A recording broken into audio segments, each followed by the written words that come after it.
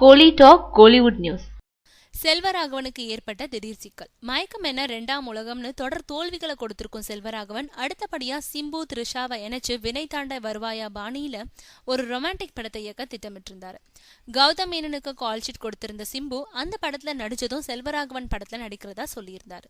அது காரணமா ஸ்கிரிப்ட் ஒர்க்ல அவசர கதியில ஈடுபட்டிருந்தாரு செல்வராகவன். ஆனா இப்போ படப்பிடிப்பு தொடங்கலாம்னு அந்த படத்தை தயாரிக்க இருந்த PVP நிறுவனத்துக்கிட்ட அவர் படப்பிடிப்பு ஏற்பாடுகளை செய்ய சொல்லி கேட்டப்போ ஒரு பெரிய செக்கை வச்சு விட்டாங்களாம். அதாவது 2ஆம் உலகம் படத்தை தயாரிச்ச அந்த நிறுவனம் அந்த படம் 20 கோடி வரை நஷ்டத்தை கொடுத்ததுனால போட்ட பட்ஜெட்டை விட அதிகமா செலவு பண்ண வச்ச செல்வராகவன் கிட்ட நஷ்டத்தை ஷேர் பண்ணிக்கணும்னு கேட்டிருக்காங்களாம்.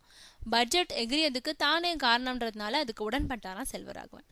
ஆனா இப்போ அடுத்த படத்தையும் அவங்களே தயாரிக்க சொல்றவரு ஏற்கனவே பேசினபடி அவர் கொடுக்க வேண்டிய 10 கோடி நஷ்ட பணத்தை PVP சினிமாவுக்கு கொடுக்கலையாம். அதனால அந்த கணக்கை முதல்ல பைசல் பண்ணிட்டு புதிய கணக்கை தொடங்குவோன்னு செல்வராகவன் கிட்ட உறுதியா சொல்லிட்டாங்களாம்.